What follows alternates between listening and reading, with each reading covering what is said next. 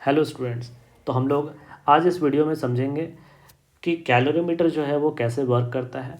तो ये जो आपका टॉपिक है, ये टॉपिक आपका थर्मोकेमिस्ट्री के अंदर में आता है। जो भी स्टूडेंट्स नीट और जेई के प्रिपरेशन कर रहे हैं उनके लिए ये टॉपिक बहुत इंपॉर्टेंट है।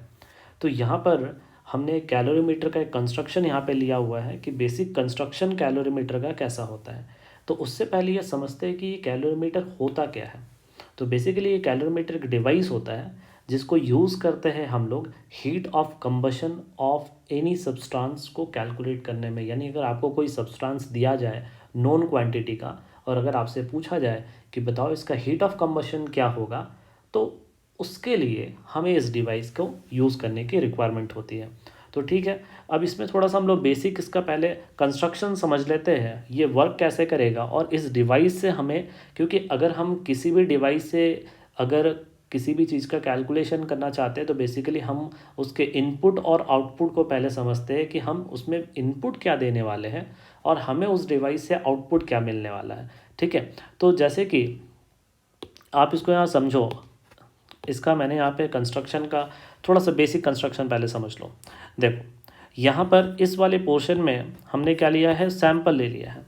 ये जो आपका सैंपल है, इस सैंपल को हम लोग क्या करना चाह रहे हैं, कंबशन कराना चाह रहे हैं, और इसी का हमें हीट ऑफ कंबशन जो है वो कैलकुलेट करना है।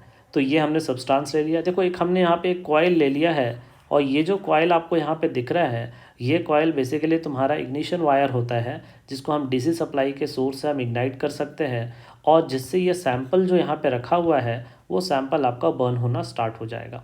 अब उसके बाद जब ये सैंपल यहाँ पे बर्न होगा तो डेफिनेटली यहाँ से हीट जो है वो लिबरेट करेगा। अब ये जो हीट यहाँ पे आपका लिबरेट करेगा, इसको जिस बॉक्स में आपको इनक्लोज करके रख दिया गया है, इस बॉक्स को बेसिकली हम लोग कहते हैं स्टील बॉम्ब, इसलिए इसका नाम भी है बॉम्ब कैलोरीमीटर। तो इसे स्टील बॉम्ब कहते हैं, जिससे आराम से जो हीट है वो बाहर की तरफ जो है वो पास हो सकता है। अब जैसे कि ये स्टील बॉम्ब के हम चारों तरफ देख रहे हैं कि यहाँ पे आपका वाटर है, तो डेफिनेटली ये जो स्टील बॉम्ब से जो हीट लिबरेट होगा वो क्या करेगा, ये जो वाटर है वो एब्जॉर्ब करेगा। प्लस अगर हम इस कैलोरीमीटर पूरे डिवाइस के इनर वॉल की बात करें तो ये इनर वॉल भी क्या करेगा, इस हीट को एब्जॉर्ब करेगा। हमने चूंकि इस पूरे कैलोरीमीटर को एक इंसुलेटिंग मटेरियल से तुम्हारा कवर कर रखा है, सो सराउंडिंग से कोई लेना देना नहीं है हीट का, कोई एक्सचेंज सराउंडिंग से इनका नहीं होने वाला है। तो मतलब ये कि जो भी हीट इस स्टील बॉम्ब से लिबरेट होने वाला है, वो सारा का सारा जो हीट है वो एक्चुअली में दो सिस्टम से एब्जॉर्ब हो जाएगा। यहाँ पे एक वाटर और एक आपका जो इनर वॉल ये दिख रहा है आपका, इसका ये इनर वॉल इसको एब्जॉर्ब कर लेगा। अब यहाँ पर चूँकि टेम्परेचर जो है वो हमें थ्रू आउट इस पूरे कंटेनर का जो है वो यूनिफॉर्म रखना है, तो उसके लिए हमने एक स्टरर यहाँ पे लगा रखा है। इस स्टरर को हम कंटिन्यूसली रोटेट करते रहेंगे, जिससे जो हमारा हीट है वो यूनिफॉर्मली डिस्ट्रीब्यूट हो जाए, ताकि हमें जो रीडिंग मिले वो रीडिंग एब्रप्ट ना हो। अब हमने यहाँ पे एक थर्मोमीटर लगा रखा है, और इस थर्मोमीटर से हम एग्जैक्टली मेज़र कर सकते हैं कि टेम्परेचर का कितना रेज हो रहा होगा। ठीक है, अगर मान लो कि हमने इनिशियल टेम्परेचर नोट करके रखा होगा, so after heat of combustion जो वहाँ से हीट लिबरेट होगा, तो उस हीट को एब्जॉर्ब करने के बाद जो वाटर से कनेक्टेड आपका थर्मोमीटर है, डेफिनेटली उसमें कुछ टेम्परेचर राइज हमें देखने को मिलेगा। तो हम यहाँ पे मैग्नीफाइंग आईपीस यहाँ पे लगा दिया गया है, क्योंकि थर्मोमीटर काफ़ी यहाँ पे सेंसिटिव होता है। तो हमें उसके एक एक पॉइंट जो माइनर जो लिस्ट काउंट भी होगा, हमें उसे भी यहाँ पे मेज़र करना होगा, और यहाँ से हम लोग टेम्परेचर का चेंज हम लोग डिटरमाइन कर सकते हैं। तो अब देखो, अच्छे से समझो, हमने स्टार्ट किया था ये समझने के लिए कि आखिर इसमें हम इनपुट क्या देने वाले हैं और इससे हम आउटपुट क्या मिलने वाला। तो इनपुट जो है वो हमारे पास क्या है, तो बेसिकली वो सब्सटेंस हमने रखा है। ठीक है, वो सैंपल हमने रख दिया है, जो सैंपल का हमें कंबशन कराना है। And from this device actually में भी हम लोग क्या डिटरमाइन कर रहे हैं, तो कितना से टेम्परेचर आपका राइज कर जाएगा। तो ये टेम्परेचर राइज जो है वो हमें यहाँ से पता चल जाएगा। तो इस डिवाइस से हमें क्या पता चल गया, चेंज इन टेम्परेचर पता चल गया। ठीक है, तो अब ध्यान से अब हम लोग समझते हैं कि ये कैलोरीमीटर जो है, अब जैसे मान लो इसे अगर हम डिफाइन अगर हम करना चाहें तो हम किस तरीके से डिफाइन कर सकते हैं। तो पहले डेफिनेशन की बात करते हैं। The device which is used to measure heat of combustion of given substance is called calorimeter. तो वही इसे हम लोग कैलोरीमीटर कहते हैं। चलो, ये बात तो अब हमें समझ में आ गया। अब ये जो कैलोरीमीटर होता है ये कितने टाइप का होता है, तो इस बात को भी समझते हैं।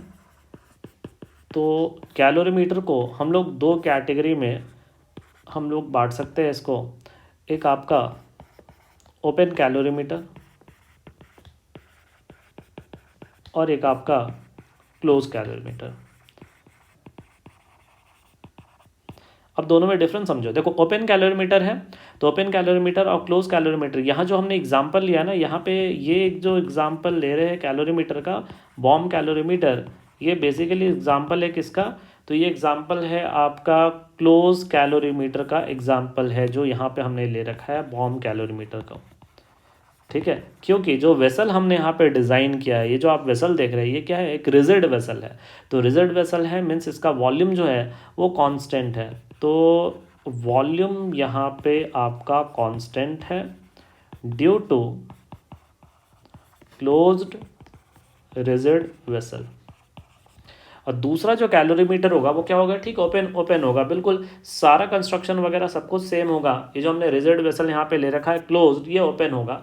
तो उस तरह के कैलोरीमीटर को ओपन कैलोरीमीटर बोलते हैं। और ओपन कैलोरीमीटर में बेसिकली आपका जो कांस्टेंट होगा वो क्या होगा, प्रेशर कांस्टेंट होगा। वो एटमॉस्फेयर के कांटेक्ट में आएगा तो हम यहाँ पे कह सकते हैं कि जो प्रेशर है वो थ्रू आउट क्या होगा, कांस्टेंट होगा। तो अब देखो, अच्छे से बिल्कुल बेसिक हम लोग बात करेंगे। हमें पता है हीट एट कांस्टेंट प्रेशर, अगर आपने हीट को कांस्टेंट प्रेशर पे मेज़र किया है तो हम उसे कहते हैं एंथैल्पी। और heat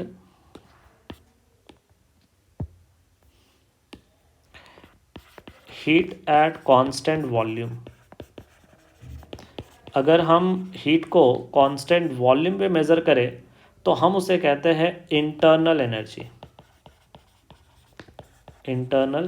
energy.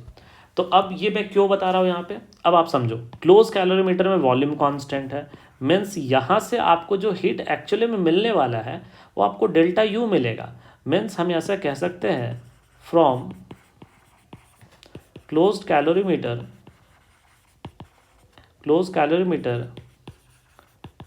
we determine delta U combustion, हमें इंटरनल एनर्जी मिलता है। लेकिन अगर हम ओपन कैलोरीमीटर की बात करेंगे तो ओपन कैलोरीमीटर कांस्टेंट प्रेशर, मतलब यहाँ से बाय डिफॉल्ट जो आपको हीट ऑफ कंबशन मिलने वाला है वो डेल्टा एच कंबशन होगा। So from open calorimeter we determine delta H combustion. तो आपसे अगर क्वेश्चन पूछे कि डेल्टा एच कंबशन फाइंड करो, तब तो बातें दो चीज़ों पर डिपेंड करेगी कि आपको कैलोरीमीटर कौन सा दिया हुआ है। अगर वो कैलोरीमीटर ओपन है तब तो फिर कोई टेंशन नहीं है। क्यों? क्योंकि वहाँ से जो हीट आपका लिबरेट हो रहा है वो heat exactly delta H combustion के इक्वल होगा। बट अगर आपको क्लोज कैलोरीमीटर दिया रहे क्वेश्चन में, जो मोस्ट ऑफ द केस भी यही क्वेश्चन आपको दिया रहेगा, आपको बॉम कैलोरीमीटर या क्लोज कैलोरीमीटर ही मेंशन करता है मोस्ट ऑफ द केसेस में। मीन्स आपको बाय डिफॉल्ट क्या मिलने वाला, heat of combustion delta U combustion मिलेगा। तो अगर डेल्टा यू कंबशन मिल रहा है तो हमें क्या करना होगा, डेल्टा एच का कैलकुलेशन करना होगा। तो हमें ये रिलेशन तो पता है, delta H equals to delta U plus delta N G R T. तो इस रिलेशन से हम लोग इजीली डेल्टा एच कंबशन भी कैलकुलेट कर सकते हैं। तो ये हो गया। अब चलते हैं फाइनली कि हम कैलकुलेशन करें कैसे। ये तो हमने थ्योरी समझ लिया किस तरीके से ये हमारा जो पूरा प्रोसेस है वो किस तरीके से काम करेगा। तो आइए देखते हैं किस तरीके से काम करेगा। Let Q be the heat evolve during combustion of substance. तो जो आपने सब्सटेंस ले रखा है, मान लो उसमें क्यू हीट इवॉल्व हो रहा है, तो हम क्या लिख सकते हैं, क्यू जो हीट इवॉल्व हो रहा है बेसिकली इसको एब्जॉर्ब कौन कर रहा है, वाटर एब्जॉर्ब कर रहा है प्लस इनर वॉल एब्जॉर्ब कर रहा है। तो हमने लिख दिया हीट एब्जॉर्ब बाई वाटर जो कैलोरीमीटर में पड़ा हुआ है, और plus heat absorb by inner wall of calorimeter. ठीक है, ये एब्जॉर्ब करेगा। तो चलो इसको हम लोग थोड़ा ब्रेक कर ले। हीट एब्जॉर्ब बाई वाटर, तो एम एस डेल्टा टी लिख सकते हैं, जहाँ पे डेल्टा टी क्या है आपका, कितने से टेम्परेचर राइज करेगा, डेल्टा टी बता रहे हैं, plus heat absorb by inner wall, ये हमने मान लिया C1 डेल्टा टी। तो इस पॉइंट पे मेंशन करते हैं where M is mass of H2O inside calorimeter, S is specific heat of water, और डेल्टा टी जो है वो है rise in temperature, and C1 is heat capacity of inner wall of calorimeter. तो ये हो गया। ठीक है, तो अब ये हमारा एक एक्सप्रेशन आ गया हीट का। ठीक है, यानी हीट ऑफ कंबशन को हम इस तरीके से कैलकुलेट कर सकते हैं। अब ध्यान से समझना, इसी एक्सप्रेशन को हम दूसरे तरीके से कैसे लिख सकते हैं। हमने इसको लिख दिया C2 delta T plus C1 delta T. अब देखो C1 तो हमें पता है क्या है, तो ये C2 क्या है, where C2 is equals to MS। कभी कभी क्या होता है ना कि हमें डायरेक्ट C2 का ही वैल्यू दे देता है, means total heat capacity of water, direct question में ये दिया रहे, और हमें M और S का वैल्यू नहीं देगा, तो वहाँ पे हम C2 से काम चला लेंगे। ठीक है, कभी कभी डेल्टा टी हमने कॉमन ले लिया, C1 प्लस इसको C2 कर दे, और C1 प्लस C2 को हम C अज्यूम कर लेते हैं। ठीक है, या CT अज्यूम कर लेते हैं, where CT is equals to C1 plus C2, और इसे हम क्या कहेंगे, इसे कहेंगे total heat capacity of calorimeter system. यानी ये जो कैलोरीमीटर सिस्टम है, कंप्लीट डिवाइस का यहाँ पे आपको दिया हुआ है कैलोरीमीटर, यानी including water, including inner wall, everything, सारे थर्मल कैपेसिटी को आपको यहाँ पे इंक्लूड कर दिया गया। मतलब हीट हमने कैलकुलेट कर लिया, तो हमने हीट का कितना एक्सप्रेशन देखा। तो अगर आपको क्वेश्चन में अगर डेटा इस तरह से दिया रहे तो हम इसे यूज़ कर सकते हैं, अगर डेटा इस तरह से दिया रहे तो ये यूज़ कर सकते हैं, और डेटा ये दिया रहे तो ये इस तरीके से यूज़ कर सकते हैं। तो क्यू का फाइनल एक्सप्रेशन आ गया। चलते हैं, अब देखो, तो क्यू जो है, चूंकि ये हीट इवॉल्व हो रहा है, तो हीट रिलीज अगर सिस्टम से होगा तो हम इसे माइनस लगा सकते हैं, तो माइनस CT डेल्टा टी। ठीक है, अब देखो फ्रॉम बॉम्ब कैलोरीमीटर जो कि क्लोज कैलोरीमीटर है, हमें क्या डिफाइन करना है, delta U combustion. Delta U combustion जो है हम लोग क्या डिफाइन करेंगे, पर मोल डिफाइन करेंगे। तो क्या कर लेंगे हम लोग, जो हीट इवॉल्व हुआ है divided by mole of substance, जो आपने सब्सटेंस ले रखा है उसका मोल हम लोग ले लेंगे। तो क्यू पर मोल आपका आ जाएगा हीट पर मोल। ठीक है, इसी को तो हम डेल्टा यू कंबशन डिफाइन करते हैं। तो डेल्टा यू कंबशन क्या आ गया, तो क्यू का एक्सप्रेशन आ गया minus CT delta T divided by mole of substance. तो ये हमने W/m मान लिया, where W gram is the weight और mass of substance, and m gram per mole is the molar mass of substance। तो जो सब्सटेंस दिया हुआ है उसका आप मोलर मास मान लेंगे। तो ये आ गया हमारा एक्सप्रेशन डेल्टा यू का। देखो हमने कहा था अगर ये कैलोरीमीटर ओपन होता तो इसको डेल्टा यू कंबशन को आप डायरेक्टली डेल्टा एच कंबशन लिख दो, काम आपका हो जाएगा। तो इस तरीके से आपको डेल्टा यू कंबशन निकल जाएगा, और डेल्टा यू आ जाएगा तो डेल्टा एच आप कैलकुलेट कर लोगे। चलो अब इस पर हम लोग एक क्वेश्चन करते हैं तो थोड़ा सा समझ में आ जाएगा कि किस तरीके से अप्रोच करते हैं। एक क्वेश्चन लेते हैं, अ सैंपल ऑफ 0.16 ग्राम। ठीक है, डेटा थोड़ा सा नॉर्मलाइज ले लेंगे ताकि इजीली यहाँ पे आप लोग को समझने में आसानी हो जाएगा, थोड़ा कैलकुलेशन कन्वीनियंट हो जाता है। इसलिए मैंने 0.16 ग्राम मीथेन ले लिया। was subjected to combustion at 27 degrees Celsius in a bomb calorimeter.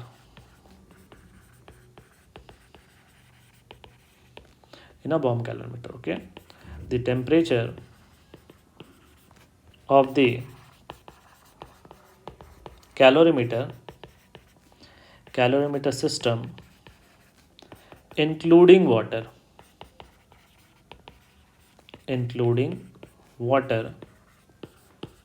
was found to rise by 0.5 degrees Celsius. Calculate heat of combustion of methane gas at, पहला हम लोग कांस्टेंट वॉल्यूम पे ले लें एंड सेकेंड कांस्टेंट प्रेशर पे ले लें।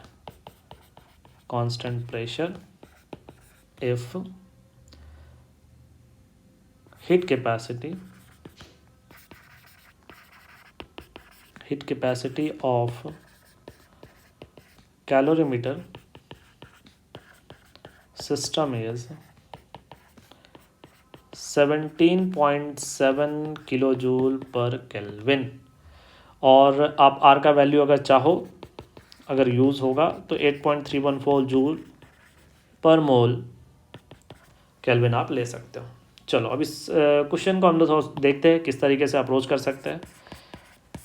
देखो सबसे पहले तो समझ लो हमें फाइंड क्या करना है। तो हमें पूछा जा रहा है हीट ऑफ कंबशन, देखो ध्यान से, heat of combustion of CH4 at constant volume पूछ रहा है। कांस्टेंट वॉल्यूम का मतलब आपसे डेल्टा यू कंबशन पूछ रहा है, और कांस्टेंट प्रेशर होगा मीन्स डेल्टा एच कंबशन पूछ रहा है। तो ठीक है, पहले बॉम्ब कैलोरीमीटर यहाँ पे क्वेश्चन में मेंशन किया है, मीन्स बाय डिफॉल्ट जो हीट ऑफ कंबशन आएगा वो आपका डेल्टा यू आने वाला है। तो चलो पहले डेल्टा यू कैलकुलेट कर लें। तो डेल्टा यू कंबशन को हमने लिखा था माइनस Q और W/m, यही तो हमने लिखा था। तो Q को हम क्या लिख सकते हैं, अब देखो ध्यान से, जैसा क्वेश्चन में डेटा होगा वैसा हम Q को ब्रेक करेंगे। तो यहाँ पे हमें लिख रहा है ना कि heat capacity of calorimeter system, यानी कि पूरे कैलोरीमीटर सिस्टम का दिया हुआ हीट कैपेसिटी, तो डायरेक्ट यूज़ कर लो CT डेल्टा T। तो मीन्स कितना हो जाएगा, -17.7 इंटू डेल्टा T। देखो टेम्परेचर राइज जो है वो कितने से किया है, 0.5 से किया है, तो ये आपका हो गया 0.5 और डिवाइडेड बाय वेट कितना आपको दिया हुआ है यहाँ पे 0.16 दिया हुआ है इसका मास, और मीथेन का मोलर मास आपका हो जाएगा 16। ठीक है, सो यहाँ से आपका हो जाएगा कितना, 17.7 इंटू 0.5 है ना, तो यह आपका, और 0.5 इंटू 7 ये हो जाएगा 855। ठीक है, और ये हो जाएगा पॉइंट, और ये पॉइंट तुम्हारा कैंसिल हो जाएगा, यानी कि 855 किलो जूल पर मोल, ये आ गया डेल्टा यू कंबशन। अब हमें क्या कैलकुलेट करना है, डेल्टा एच कंबशन। अब यहाँ कई लोग फंस जाते हैं, क्योंकि सबसे पहले कंबशन में आपका काम है कंबशन का इक्वेशन लिखना। तो CH4 गैस का इक्वेशन लिखो कंबशन का। और सबसे कॉमन मिस्टेक क्या करते हैं, इसको कोफिशिएंट, मतलब जब आप बैलेंस करोगे ना तो याद रखना इसकी कोफिशिएंट 1 रखना है, क्योंकि आप पर मोल के लिए डिफाइन कर रहे हो। ठीक है, तो इसलिए CH4 का कंबशन करना है, तो O2 गैस, और क्या हो जाएगा, ये क्या दे देगा, CO2 गैस, और प्लस आपका रूम टेम्परेचर पे always water will be in liquid state. तो अब इसे हम बैलेंस कर ले, ये आपका 2 हो जाएगा। तो यहाँ से डेल्टा Ng का वैल्यू क्या हो जाएगा आपका 1 - 3 दैट इज़ -2। सो आते हैं हम लोग अपने फॉर्मूला पे। तो फॉर्मूला हमारा क्या कहता है, डेल्टा एच कंबशन का delta U combustion plus delta Ng RT, ये रिलेशन हमने यहाँ पे लिखा था ना अभी आपको। ठीक है, देखो बस इसी रिलेशन को यूज़ कर रहे हैं हम लोग। तो आ जाओ, तो डेल्टा यू कंबशन आ चुका है -855 किलो जूल में, याद रखना। डेल्टा Ng का वैल्यू आ चुका है -2 इंटू आर का वैल्यू 8.314 इंटू टेम्परेचर, चूँकि 27 डिग्री सेल्सियस दिया हुआ था, सो 300 केल्विन। चूँकि ये केल्विन में, ये पूरा जूल में आएगा तो बाई 1000 कर दो, वो इसलिए कि ये भी किलो जूल में है। तो -855, और ये आपका हो जाएगा प्लस माइनस माइनस, और ये हो जाएगा 4.988। तो ये -889.988 किलो जूल पर मोल आ जाएगा। तो ये आपका कंप्लीट कैलोरीमीटर सिस्टम हो गया और इस पे हमने इस तरह के क्वेश्चन कर लिए और जेईई एडवांस मेंस में ऐसे क्वेश्चंस पूछे जाते हैं कैलोरीमीटर में, इसलिए टॉपिक बहुत इंपॉर्टेंट है। अगर ये वीडियो आपको अच्छा लगा हो तो लाइक एंड शेयर ज़रूर करें और अगर अभी तक आप लोगों ने चैनल को सब्सक्राइब नहीं किया है तो चैनल को ज़रूर सब्सक्राइब करें। Okay, thank you.